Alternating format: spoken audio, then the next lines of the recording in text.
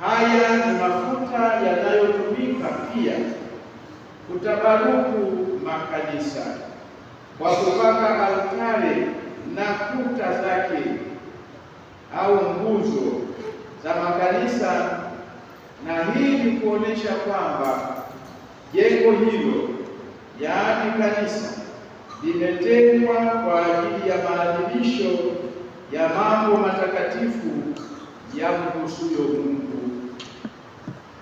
Na ibada hiyo ina taratibu zake kama ilivyo katika maadhimisho mengine ya kikanisa. Inasikitisha tunaposikia mahali pengine fulani kuna watu wanajichukulia mamlaka, wanakuwa na mafuta yao, wanathubutu hata kwenda kupaka altare, wanapaka na kuta za kanisa, wanapaka na sakafu, wanapaka na madawati.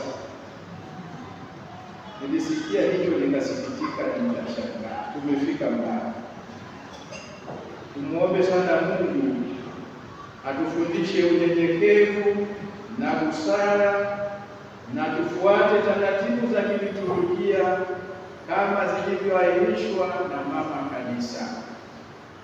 Vyama vyetu vya kitume visitufanye tukavuka mipaka. Mafuta haya ni ishara ya uwepo wa Roho Mtakatifu. Haya ni mafuta yaliyotiwa manukato na kuwekwa wakfu na askofu mahalia, na mtaona katika ibada ile namna inavyopaswa na namna yanavyowekwa wakfu, na yote hiyo inaashiria paji la Roho Mtakatifu kwa mbatizwa mpya.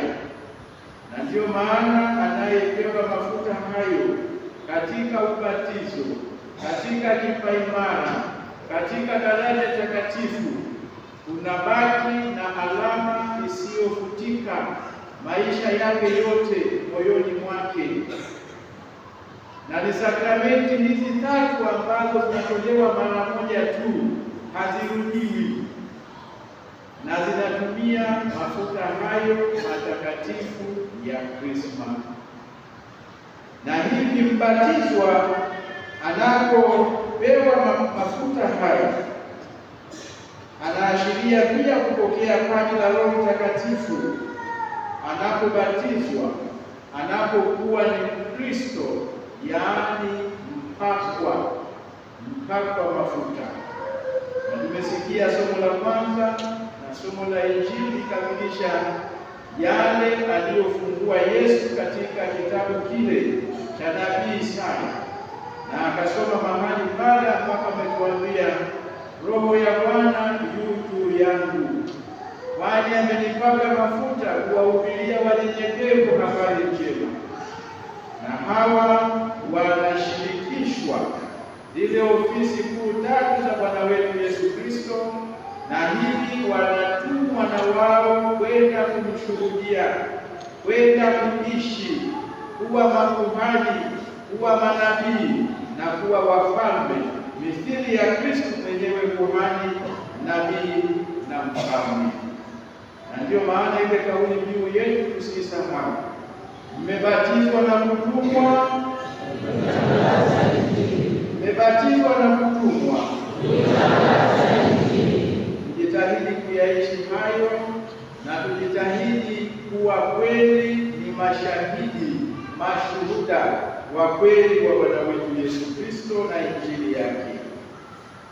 Hii ni siku ambayo Mama Kanisa anabariki pia mafuta ya wagonjwa, Oleum Infirmorum. Haya yanayotumika katika sakramenti ya mpako wa wagonjwa.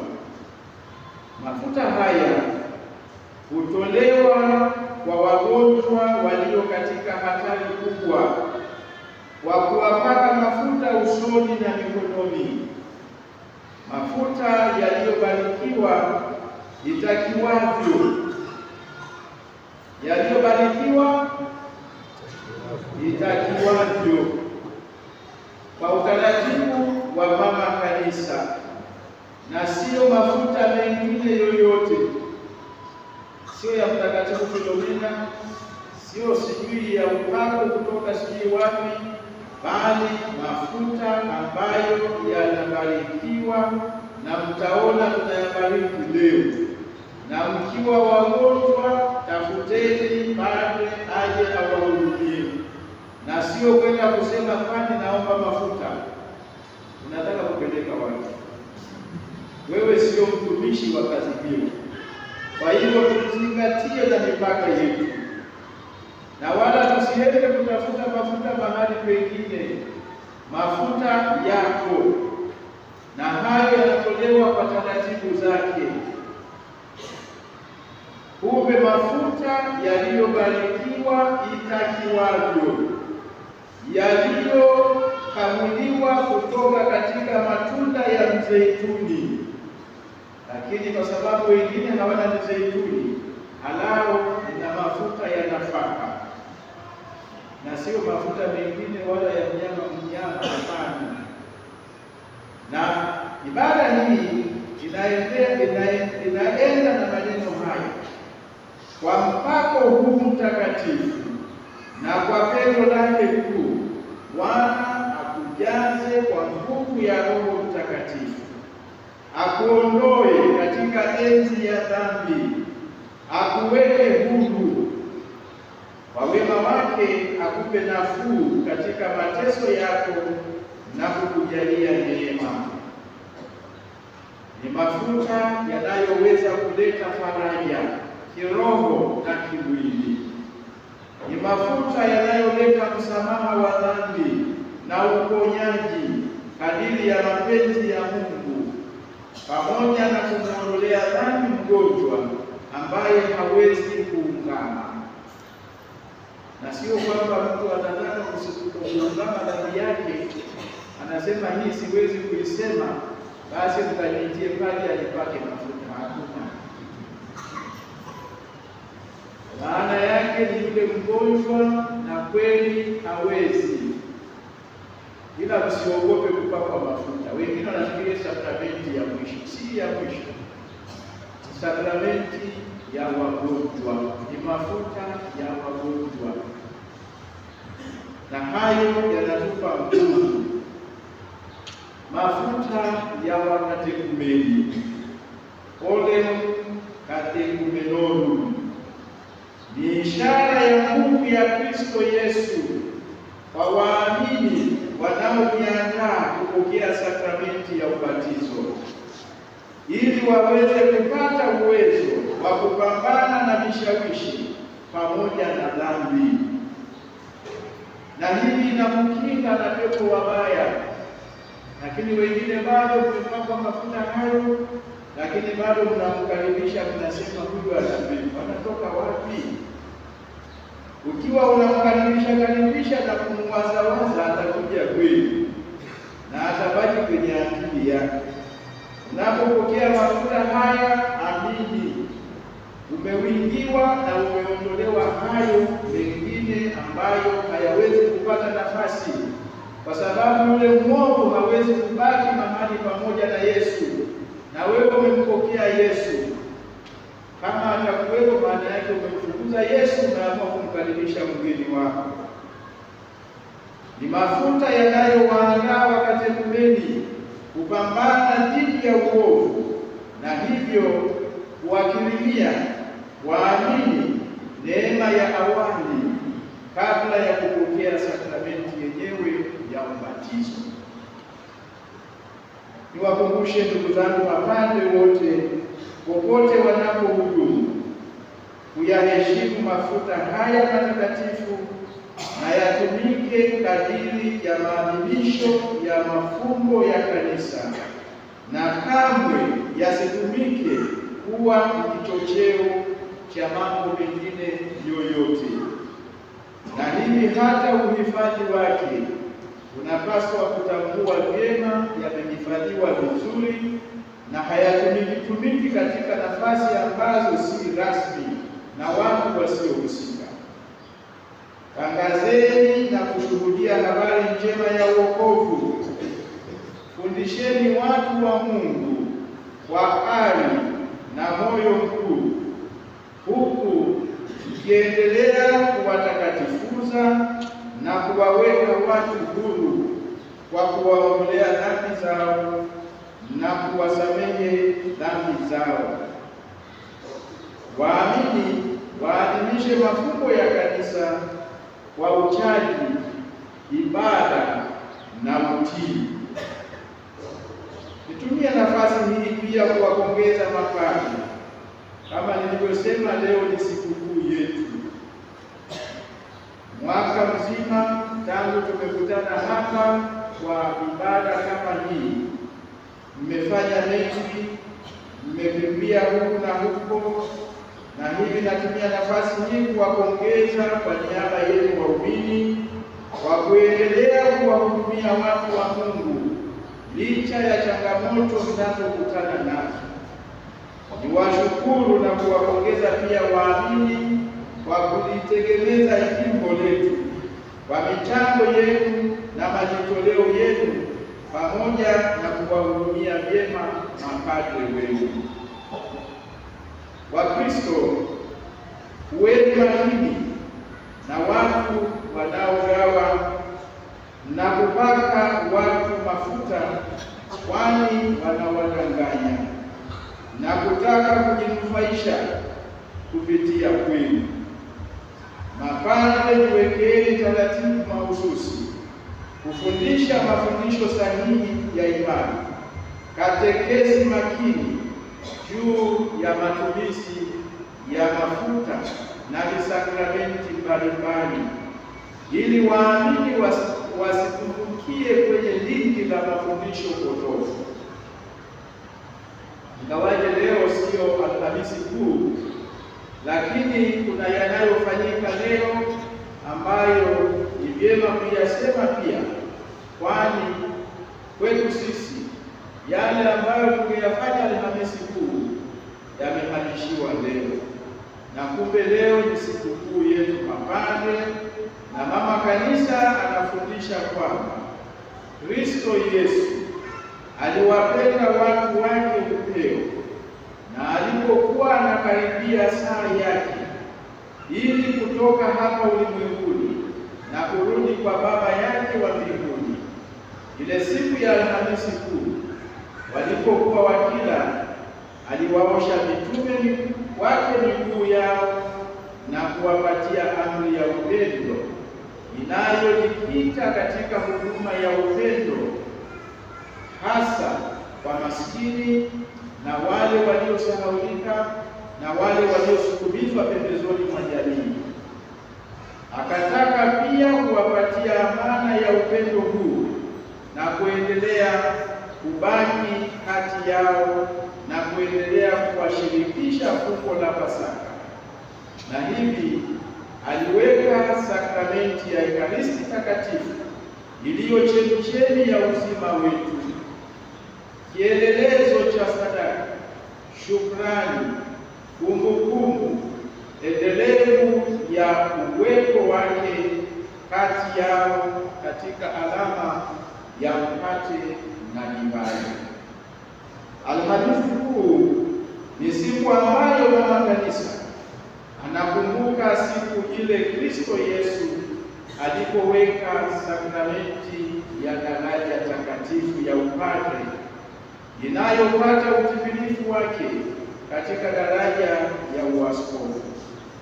Sisi tunaikumbuka siku hiyo leo tunapokutana hapa, askofu na mapadre toka sehemu zote za jimbo, tukionyesha umoja wa kanisa. Tunakumbuka ile siku ambayo Kristo Yesu aliwaweka mitume wake wawe wafuasi wake wa karibu, tayari kutangaza na kushuhudia habari njema ya wokovu.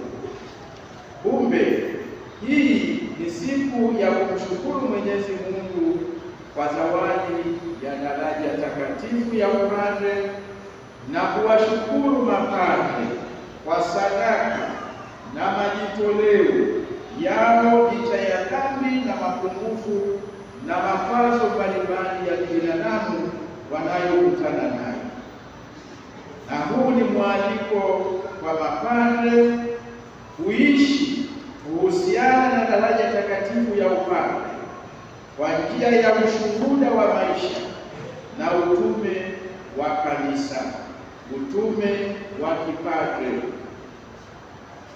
wakitambua kwamba kwa njia ya daraja takatifu ya upadre wanashirikishwa maisha na utume wa Kristo Yesu ili kufundisha, kuongoza na kuwatakatifuza watu wa Mungu. Hizi ndizo zile ofisi kuu tatu za Bwana wetu Yesu Kristo, na ambazo sisi wote kwa ubatizo tumeshirikishwa, lakini kwa namna yetu.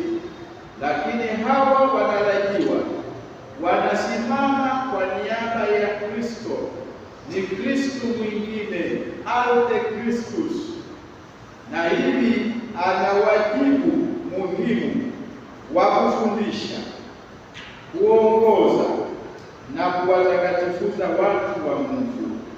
Na ndio maana tunapobariki mafuta haya, ndiyo kazi yake ya kuwatakatifuza watu.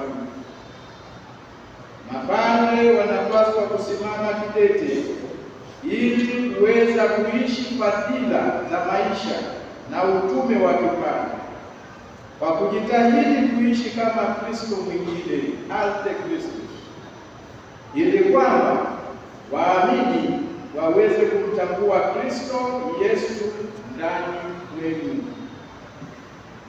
Hii pia ni siku ambayo mapadre wanarudia tena ahadi pamoja na viapo vyao vya kikuhani, jambo ambalo wanapaswa kulifanya kutoka katika sakafu ya nyoyo zao, ili kuhakikisha kwamba wanajitahidi kuishi kadiri ya maagano hayo, ili kweli waweze kuwa ni baraka katika kanisa la Mungu na katika jamii wanayoongoza.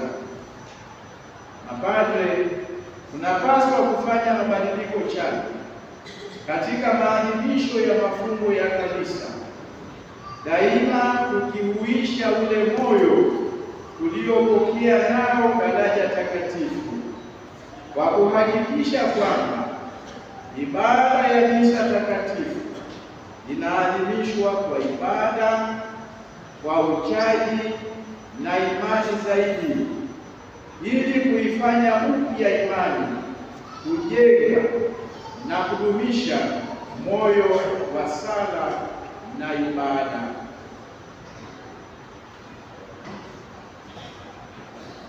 Na wengine wanapenda misa za haraka haraka, zinapewa hata majina ambayo sitaki kuyataja. Kumbukeni waumini, Dominika ni siku ya Mungu, ni siku ya Bwana, na tunaalikwa katika amri tuishike kitakatifu. Sasa tusianze kusukuma huko kwamba harakisheni misa nusu saa Jumapili ili kukimbia kwenda kwenye biashara zetu. Hizo biashara zitakuwepo tu. Yesu alitupa siku 7 za kufanya kazi, na moja katika hizo kazi yake ni kusali, ni kukaa na Mungu karibu, na sio kwenda kujifanyia mashughuli mazito, na tunasahau hata muda wa kukaa na Bwana.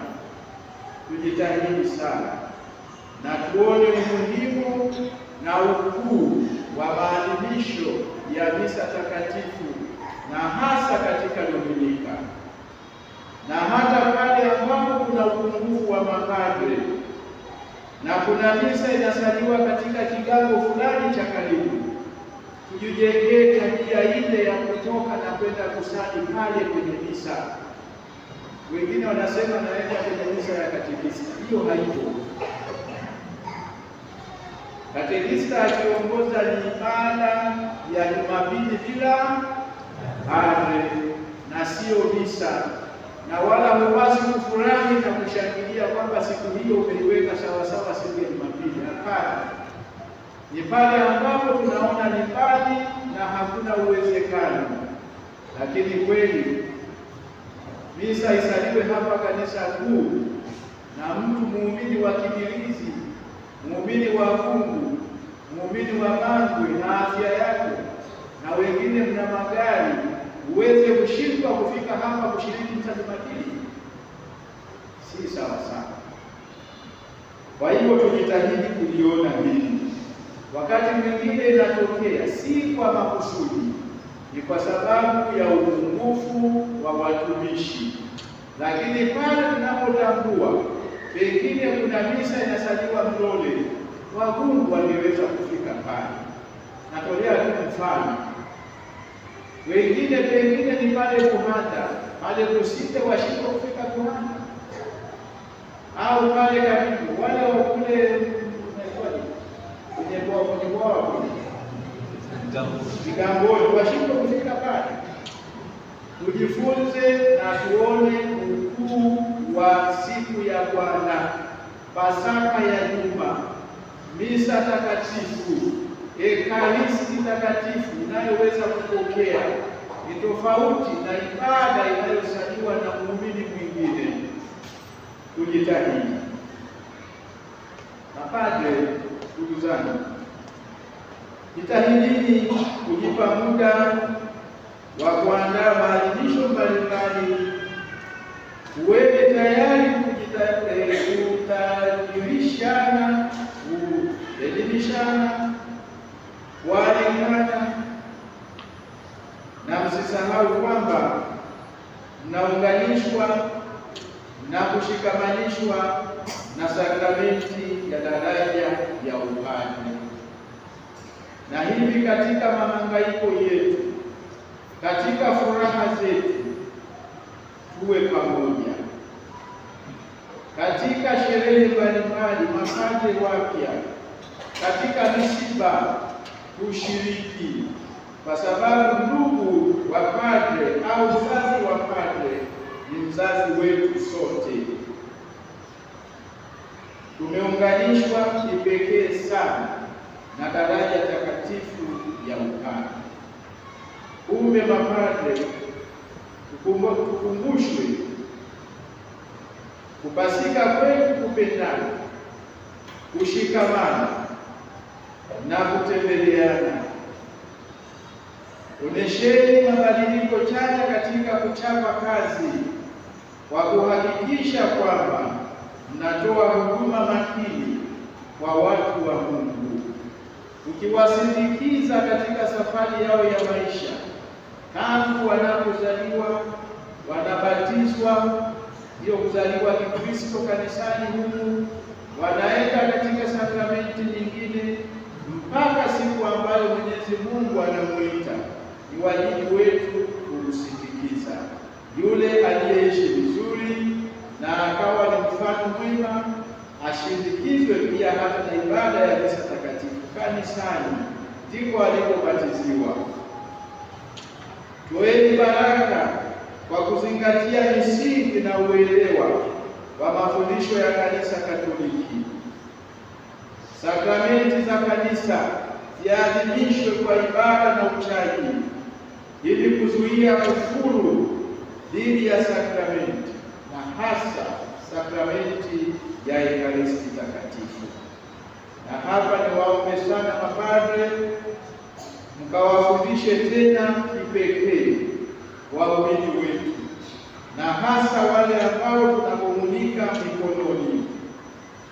Tusikomunike kama tunafukuzwa, bali pokea vizuri kwa mkono wako wa kushoto na wa kulia umekaa chini yake, na baada ya hapo inua pole pole, komunikari, kwenda mawasiliano, na sio kulamba kama unatokea sasa unaweka tumbaku kwenye. Ila hilo lifanyike pia endapo kumebaki chochote kwenye mikono. Na wakati mwingine hostia zetu zinakuwa na viungaunga kidogo, inabaki na particles. Ni mwili wa Kristo Tuupokee na tuangalie kumebaki na nini. Mwingine anapokea anafanya mkono hivi kana kwamba anapokea kitu chake. Hiyo ni kufuru dhidi ya sakramenti. Na hivi tuwakumbushe waumini wetu walione hilo, na mikono yetu pia tunapokwenda kukomunika mkae katika hali njema. Kuna wengine wanakuja amechora kamoyo hapo kwenye mkono, sijui anafikiria mtu kwamba Yesu ataunganisha. Mwingine anaandika hapo namba ya simu, au sijui ukishaweka ekaristi hapo basi na Yesu atayawezesha yote hali yaende sawa sawa. Hapana, tumpokee Yesu katika mahali pazuri kiroho na kimwili. Kama yeye ni Bwana na Mungu, ushindwe kumpokea katika mikono safi. Kama umesahau siku hiyo mtu amekupa namba yake ukaandika kwenye mkono, ukienda kukumulika kwa ulimi, lakini mtu amechora halafu Yesu pia wewe hapo, si sawa sawa. Tuwakumbushe waumini wetu na wote mlioko hapa mkawe mabalozi, tumpokee Kristo kwa uchaji, kwa ibada na kwa usafi kamili wa kiroho na hata wa kimwili. Mapadre, simameni imara kutoa sakramenti ya Ekaristi Takatifu pale inapostahili na kutumika kama inavyopaswa kadiri ya mafundisho ya Kanisa Katoliki la mitume. Shikamaneni na Kristo Yesu kiasi kwamba waamini waweze kutambua na kumuona Kristo Yesu ndani mwenu. Waamini mliojifungia sakramenti, fuateni taratibu za kujifungulia pia sakramenti hizo kupitia mapadre wenu katika parokia yako. Wewe sio wa Kigoma, umejifungia sakramenti, unaenda kutafuta mengine sijui kule Katubuka au Buronge au Kohanda, alafu unakuja huku unaonekana unakuja kukumulika au unashiriki katika mengine. Wale ambao unahusiana nao kwa karibu wala hawajui. Mkumbuke tunapojifungia au inapotokea kwa sababu ya kikwazo fulani, kinapaswa vile vile kifanyike kwa hadhara katika kanisa na watu wajue, huyo hapa tunafahamu alikuwa anaishi maisha ambayo ndivyo sivyo, lakini amejirekebisha, amerudi. Lakini unaenda mahali pengine na watu washazoea kukuona wakiondoka, unabaki na watu huko siku hiyo tu wao na wewe. Si sahihi. Na huduma hizi ndio maana kuna parokia, kuna mipaka, na tuheshimu mipaka yetu. Mapadre, fahamuni maeneo yenu ya utume na muyahudumie kwa ari, moyo mkuu na upendo, mkijitahidi kuishi ile kauli mbiu ya ule mwaka wetu wa mapadre: uaminifu wa Kristo, uaminifu wa Kristo. Maana yake Kristo alikuwa mwaminifu, na sisi kama Kristo wengine tunapaswa kufuata ule uaminifu wa Kristo, na hii kuongoze katika maisha yetu, iwe ni kama mwongozo na dira yetu katika utumishi wetu. Na anapokuja mtu kutoka sehemu nyingine anahitaji sakramenti ya kitubio ya kawaida, hapo sina mgogoro, lakini yale ambayo yanahitaji kuendana na taratibu zingine yaheshimiwe, na tufuate wale wanaotuhudumia na wale ambao wanatuhusu kwa karibu. Ndio maana tunasema kuna parokia hii inaanzia hapa mpaka pale, na hiyo iheshimiwe. Hongereni sana mapadre kwa sikukuu yenu, kwa sikukuu yetu, na hongereni kwa utumishi tunaoendelea kufanya katika maeneo mbalimbali. Tumsifu Yesu Kristo.